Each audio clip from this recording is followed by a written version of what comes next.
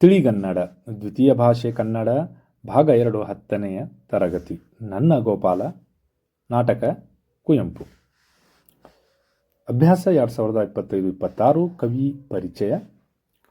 First ಪದಗಳ ಅರ್ಥ ನೋಡೋಣ, ಆಮೇಲೆ ಸೆಕೆಂಡ್ ಪ್ರಶ್ನೆಗಳಿಗೆ ಉತ್ತರ, ಆಮೇಲೆ ಥರ್ಡ್ ಭಾಷಾಭ್ಯಾಸ. Simple and short notes. First ನಾವು ಕೃತಿಕಾರರ ಪರಿಚಯ. ಕುವೆಂಪು. ಪೂರ್ಣ ಹೆಸರು ಕುಪ್ಪಳ್ಳಿ ವೆಂಕಟಪ್ಪ ಪುಟ್ಟಪ್ಪ. ಕಾವ್ಯನಾಮ ಕುವೆಂಪು. ಜನನ 1904, ಶಿವಮೊಗ್ಗ ಜಿಲ್ಲೆಯ ತೀರ್ಥಹಳ್ಳಿ ತಾಲೂಕಿನ ಕುಪ್ಪಳ್ಳಿ. ಪೋಷಕರು ವೆಂಕಟಪ್ಪಗೌಡ, ತಂದೆ ಸೀತಮ್ಮ, ಇವರ ತಾಯಿ.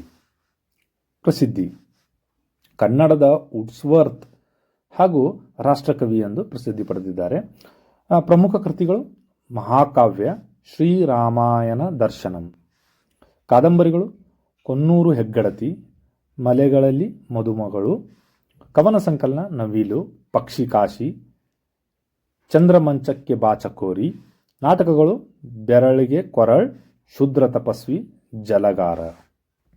ತಮಗೆ ದೊರೆತ ಪ್ರಶಸ್ತಿಗಳು: ಜ್ಞಾನಪೀಠ ಪ್ರಶಸ್ತಿ, ಪಂಪ ಪ್ರಶಸ್ತಿ, ಪದ್ಮಭೂಷಣ, ಕರ್ನಾಟಕ ರತ್ನ ಹಾಗೂ ಕೇಂದ್ರ ಸಾಹಿತ್ಯ ಅಕಾಡೆಮಿ ಪ್ರಶಸ್ತಿ. ನಿಧನ 1994.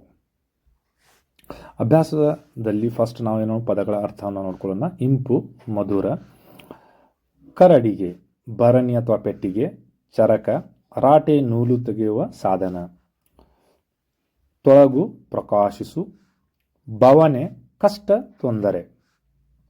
ಮಳೆ ಬಿಲ್ಲು, ಕಾಮನ ಬಿಲ್ಲು.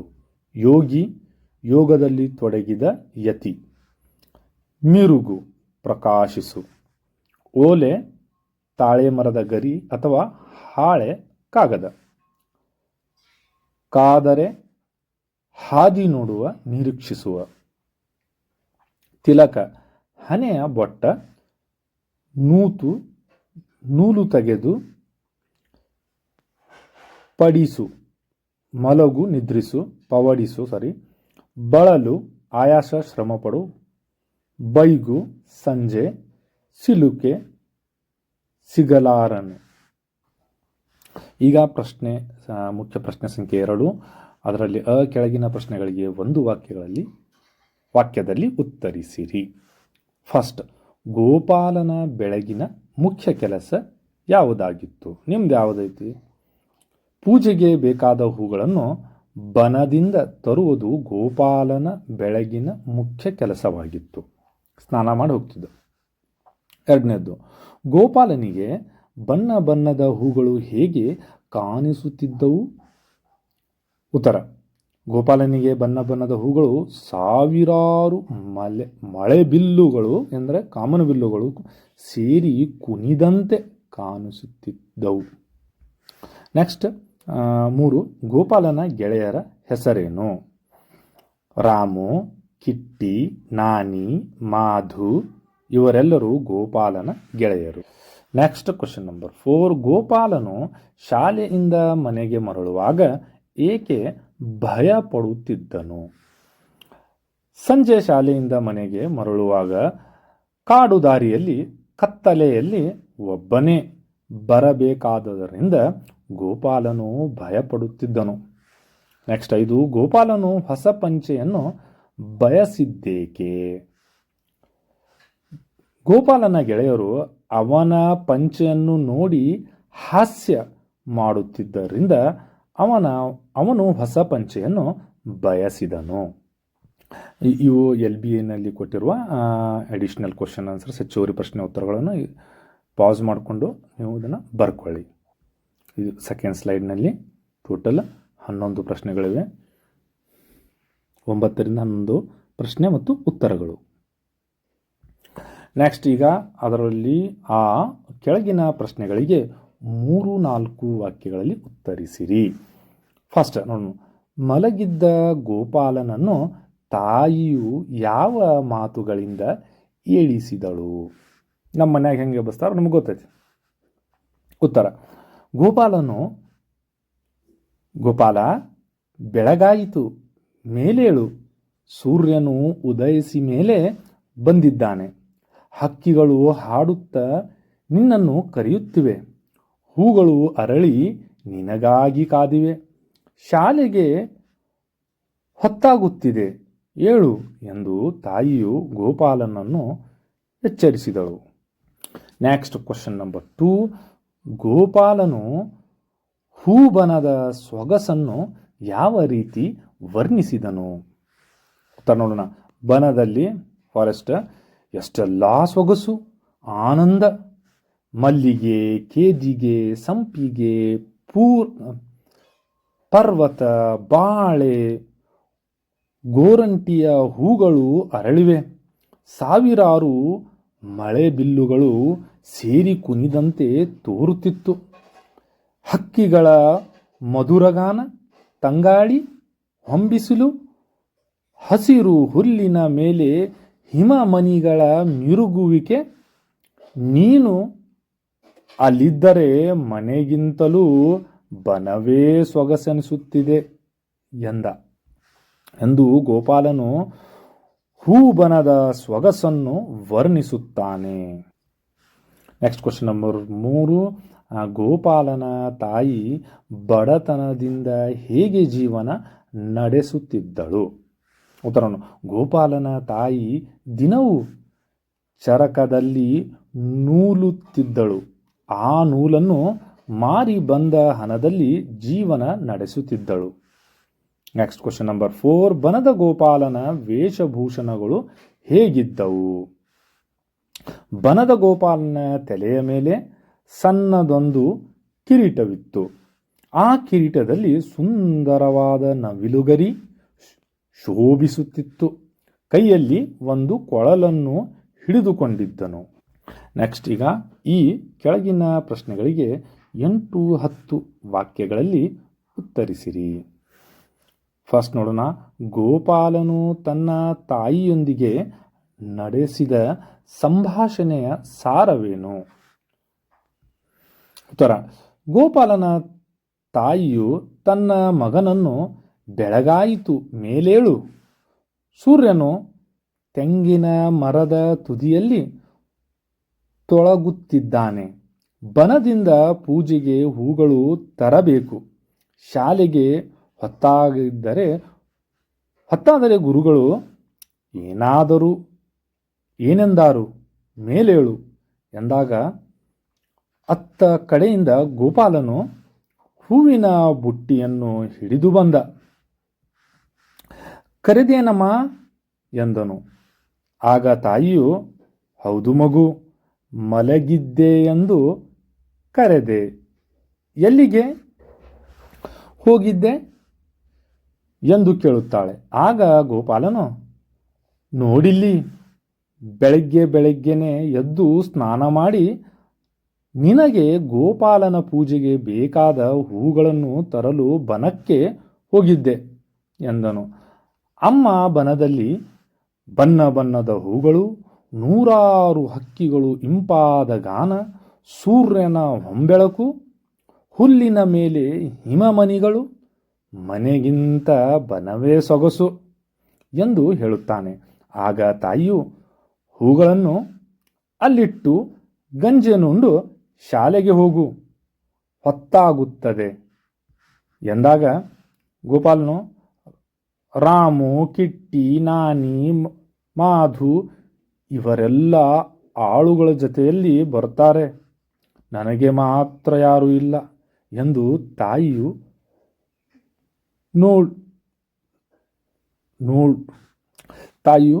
ನೋಡು ಕಂದ, ಅವರೆಲ್ಲ ಶ್ರೀಮಂತರ ಮಕ್ಕಳು, ಅವರಲ್ಲಿ ಸಾಕಷ್ಟು ಹಣವಿದೆ, ನಮಗೆಲ್ಲಿ ಬರಬೇಕು?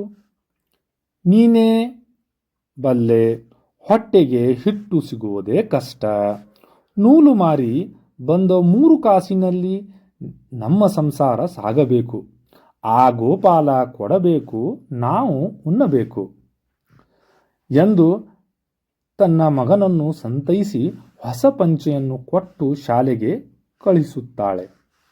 ಇಲ್ಲಿ ತಾಯಿಯ ಬಡತನದ ಭಾವನೆಯ ನಡುವೆಯೂ ಮಗನನ್ನು ವಿದ್ಯಾವಂತನಾಗಿ ಮಾಡಬೇಕೆಂಬ ತಾಯಿಯ ಹಂಬಲ ಈ ನಾಟಕದಲ್ಲಿ ಸೊಗಸಾಗಿ ವ್ಯಕ್ತವಾಗಿದೆ. Next question number 2. ಗೋಪಾಲನಿಗೆ ಇದ್ದ ಕಷ್ಟವೇನು? ಅದು ಹೇಗೆ ಪರಿಹಾರವಾಯಿತು? ಉತ್ತರ ನೋಡೋಣ. ಗೋಪಾಲನು ಶಾಲೆಯಿಂದ ಹಿಂದಿರುಗುವಾಗ ಸಂಜೆ ಆಗುತ್ತಿತ್ತು. ಕಾಡು ದಾಟಿ ಬರುವಾಗ ಅವನಿಗೆ ಭಯವಾಗುತ್ತಿತ್ತು. ಯಾರಾದರೂ ಜೊತೆಗೆ ಇರಬೇಕು ಎನಿಸುತ್ತಿತ್ತು. ಅವನ ಗೆಳೆಯರು ನೆರೆ ಊರಿನಿಂದ ಬರುವವರೆಲ್ಲರಿಗೂ ಜೊತೆಗೆ ಆಳುಗಳಿದ್ದರು. ತನಗೆ ಯಾರೂ ಇಲ್ಲ ಎನ್ನುವ ಚಿಂತೆ ಅವನಿಗೆ. ತಾಯಿಗೆ ತನ್ನ ಈ ಕಷ್ಟವನ್ನು ಹೇಳಿಕೊಳ್ಳುತ್ತಾನೆ. ಆಕೆ ತಮ್ಮ ಬಡತನದ ಸ್ಥಿತಿಯನ್ನು ವಿವರಿಸುತ್ತಾಳೆ. ನಿನ್ನ ಗೆಳೆಯರೆಲ್ಲರೂ ಶ್ರೀಮಂತರ ಮಕ್ಕಳು, ಆಳುಗಳನ್ನು ಇರಿಸಿಕೊಳ್ಳಬಲ್ಲರು. ನಾನು ಬಡವಿ, ಹೊಟ್ಟೆ ಹೊರೆಯುವುದೇ ಕಷ್ಟಕರ. ಆ ದೇವರು ಕೊಡಬೇಕು, ನಾವು ಉಣಬೇಕು ಎನ್ನುತ್ತಾಳೆ. ನೀನು ಶಾಲೆಯಿಂದ ಹಿಂತಿರುಗುವಾಗ ಕಾಡಿನಲ್ಲಿ ಹೆದರಿಕೆಯಾದರೆ ಗೋಪಾಲನನ್ನು ಕರೆ. ಅವನು ನಿನ್ನ ಅಣ್ಣ. ಕಾಡಿನಲ್ಲಿ ದನ ಮೇಯಿಸಿಕೊಂಡಿರುತ್ತಾನೆ. ಅವನಿಗೆ ಎಲ್ಲರ ಗುರುತು ಇದೆ. ನೀನು ಕರೆದರೆ ಬಂದು ನಿನ್ನನ್ನು ಕಾಡಿನಿಂದ ದಾಟಿಸುತ್ತಾನೆ ಎಂದು ಅವನಿಗೆ ಧೈರ್ಯ ತುಂಬುತ್ತಾಳೆ. ತಾಯಿಯ ಮಾತಿನ ಮೇಲೆ ನಂಬಿಕೆ ಇರಿಸಿದ ಗೋಪಾಲ ಶಾಲೆಯಿಂದ ಹಿಂತಿರುಗುವಾಗ ಹೆದರಿ ಗೋಪಾಲನನ್ನು ಕರೆಯುತ್ತಾನೆ. ಮೊದಲು ಕರೆಗೆ ಉತ್ತರ ಬರದಿರಲು ತಾಯಿ ಸುಳ್ಳು ಹೇಳುವುದಿಲ್ಲ. ಇನ್ನೊಮ್ಮೆ ಕರೆದು ನೋಡುತ್ತೇನೆ ಎಂದು ಮತ್ತೆ ಕೂಗುತ್ತಾನೆ. ಆಗ ಮರೆಯಿಂದ ಏನೋ ಗೋಪಾಲ ಎನ್ನುವ ಪ್ರಶ್ನೆ ಕೇಳಿಸುತ್ತದೆ. ಆಗ ಅವನು ಅಮ್ಮ ಹೇಳಿದ್ದು ಮಾತನ್ನು ಹೇಳಿ ಎಲ್ಲಿದೆಯಾ ಬಾ ಎಂದು ಕರೆಯುತ್ತಾನೆ. ತನಗೆ ತುಂಬಾ ಕೆಲಸವಿದೆ, ಈಗ ಬರಲಾಗುವುದಿಲ್ಲ ವೆನ್ನುವ ಉತ್ತರ ಕೇಳಿಬರುತ್ತದೆ. ಅಮ್ಮನನ್ನು ನೋಡುವುದಕ್ಕೆ ಬರುವುದಿಲ್ಲವೇ? ಕತ್ತಲ ಕಾಡಿನಲ್ಲಿ ಏಕಿರುವೆ ಎಂದು ಕೇಳಿದಾಗ ನಾನು ಆಮೇಲೆ ಬರುತ್ತೇನೆ, ಅಮ್ಮನಿಗೆ ಹೇಳು, ಅಮ್ಮ ನಿನಗಾಗಿ ಕಾಯುತ್ತಿದ್ದಾಳೆ, ಬೇಗ ಹೋಗು ಎನ್ನುವ ಹೇಳಿಕೆ ಕೇಳಿಸುತ್ತದೆ. ಮರೆಯಿಂದಲೇ ತಾಯಿ ಹೇಳಿದ ಬನದ ಗೋಪಾಲ ಈ ಗೋಪಾಲನಿಗೆ ಧೈರ್ಯ ತುಂಬುತ್ತಾನೆ. ಕಾಡಿನ ಭಯವನ್ನು ಕಳೆಯುತ್ತಾನೆ. ಸಂದರ್ಭದೊಂದಿಗೆ ವಿವರಿಸಿರಿ. ಈಗ ಫಸ್ಟ್ ನೋಡೋಣ ಯಾವುದೈತಿ. ಸಾವಿರಾರು ಮಳೆಬಿಲ್ಲುಗಳು ಸೇರಿ ಕುಣಿದಂತೆ ತೋರುತ್ತಿತ್ತು.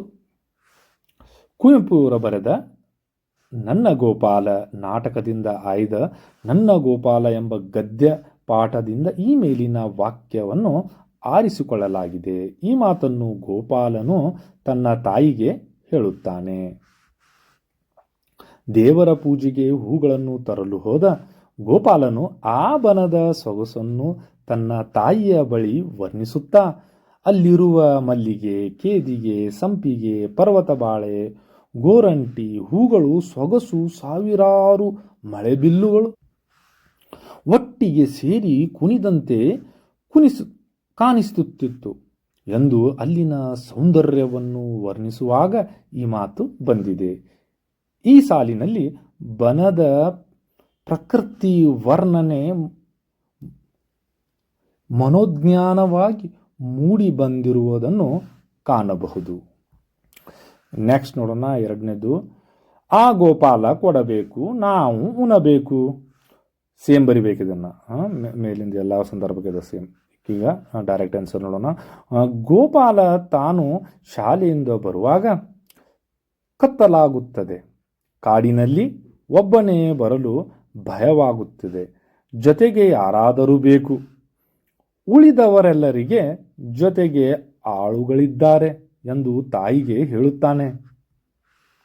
ಆಗ ತಾಯಿ, ಅವರೆಲ್ಲ ಶ್ರೀಮಂತರ ಮಕ್ಕಳು, ಹಣವಿದೆ, ನಾವು ಬಡವರು, ನೂಲು ಮಾರಿ ಬಂದ ಹಣದಿಂದ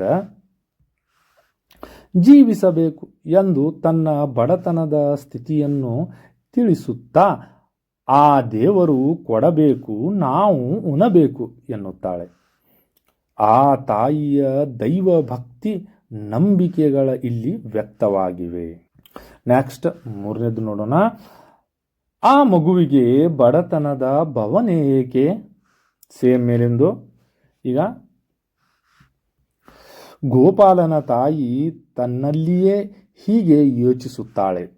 ಗೋಪಾಲ ಶಾಲೆಯಿಂದ ಬರುವಾಗ ಕಾಡಿನಲ್ಲಿ ಕತ್ತಲೆಯಲ್ಲಿ ಭಯವಾಗುತ್ತಿದೆ, ಜೊತೆಗೆ ಯಾರಾದರೂ ಬೇಕು ಎಂದಾಗ ತಾಯಿಗೆ ತನ್ನ ಬಡತನದ ನೆನಪಾಗುತ್ತದೆ.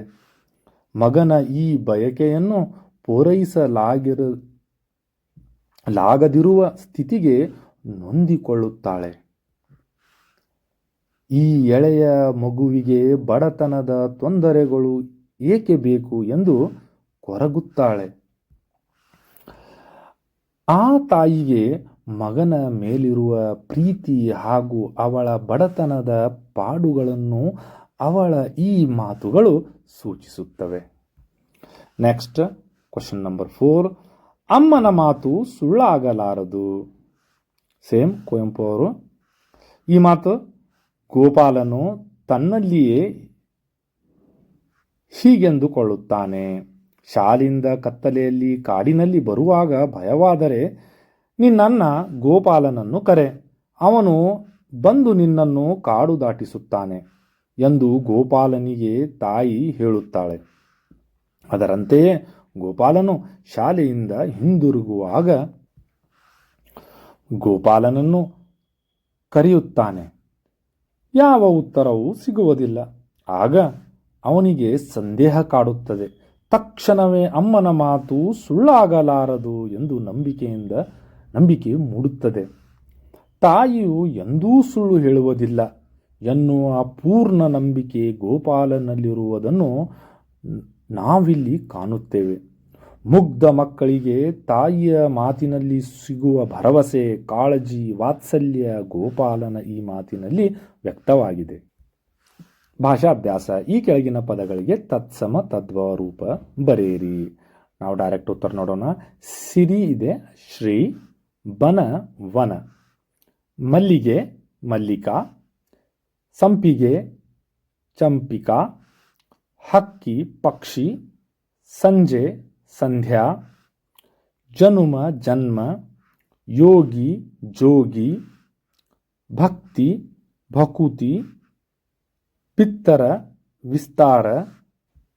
ನೆಕ್ಸ್ಟ್ ಈ ಕೆಳಗಿನ ಪದಗಳಿಗೆ ವಿರುದ್ಧಾರ್ಥ ಬರೆಯಿರಿ. ಕರುಣೆ ನಿಷ್ಕರುಣೆ. ತುದಿ ಬುಡ. ಮುದುಡು ಅರಳು. ಸ್ವೀಕರಿಸು ತಿರಸ್ಕರಿಸು. ಬೈಗು ಬೆಳಗು. ಬಡತನ ಸಿರಿತನ. ಅಜ್ಞಾನ ಜ್ಞಾನ. ಈಗ ನೆಕ್ಸ್ಟ್ ಈ ಕೆಳಗಿನ ಪದಗಳನ್ನು ಸ್ವಂತ ವಾಕ್ಯಗಳಲ್ಲಿ ಬಳಸಿರಿ. ನೀವು ಬಳಸ್ಕೋಬಹುದು ಅಥವಾ ಇದನ್ನು ಹೆಂಗಿದೆ ಕಾಪಿನೂ ಮಾಡಬಹುದು. ಭವನೆ ಒಲುಮೆ. ಆಮೇಲೆ ಕರುಣೆ ಲೀಲೆ. ಆಮೇಲೆ ಸಂಪಾದನೆ ತಂಗಾಳಿ. ಈ ಕೆಳಗಿನ ಪದಗಳನ್ನು ವಿಗ್ರಹ ವಾಕ್ಯ ಮಾಡಿ ಸಮಾಸವನ್ನು ಹೆಸರಿಸಿರಿ. ಇಲ್ಲಿ ತಂಗಾಳಿ, ಹಿಮಮನಿ, ಗಂಜನುಂಡು, ಹೊಂಬೆಳಕು, ಸ್ನಾನ ಮಾಡು ಇವುಗಳ ಕರ್ಮಧಾರೆಯನ್ನು ಅಪೋಸಿಟ್ನಲ್ಲಿ ನೀಡಲಾಗಿದೆ. ಇದನ್ನು ನೀವು ಪಾಸ್ ಮಾಡಿಕೊಂಡು ಬರ್ಕೊಳ್ಳಿ. ನೆಕ್ಸ್ಟ್ ಕೆಳಗಿನ ಪದಗಳನ್ನು ಬಿಡಿಸಿ ಸಂಧಿಯನ್ನು ಹೆಸರಿಸಿರಿ. ಕಂಬನಿ, ಕೋಟ್ಯಾಂತರ, ಲಕ್ಷ್ಮಿ, ಲೂದಿ, ಧೈರ್ಯವಾಗಿ, ಹೆದರಿಕೆಯಾದರೆ, ಮೇಲೇಳು. ಆ್ಯಸ್ ಇಟ್ ಈಸ್ ನೀವು ಇದನ್ನು ಪಾಸ್ ಮಾಡಿಕೊಂಡು ಆನ್ಸರ್ಸ್ಗಳನ್ನು ಬರ್ಕೊಳ್ಳಿ. ಈಗ ಇದು ಕೊನೆಯದು. ಕೆಳಗಿನ ವಾಕ್ಯಗಳಿಗೆ ಸೂಕ್ತ ಲೇಖನ ಚಿಹ್ನೆಗಳನ್ನು ಬಳಸಿ. 1, 2, 3ಗಳಿವೆ. ಇಲ್ಲಿ ಲೇಖನ ಚಿಹ್ನೆಗಳನ್ನು ಕ್ವಶನ್ ಮಾರ್ಕ್, ಫುಲ್ ಸ್ಟಾಪ್ ಎಲ್ಲ ಇದೆ. ಉದ್ಗಾರವಾಚಕ ಚಿಹ್ನೆಗಳೆಲ್ಲ ಇವೆ. ಇದನ್ನು ನೀವು ಪಾಸ್ ಮಾಡಿಕೊಂಡು ಬರ್ಕೊಳ್ಳಿ.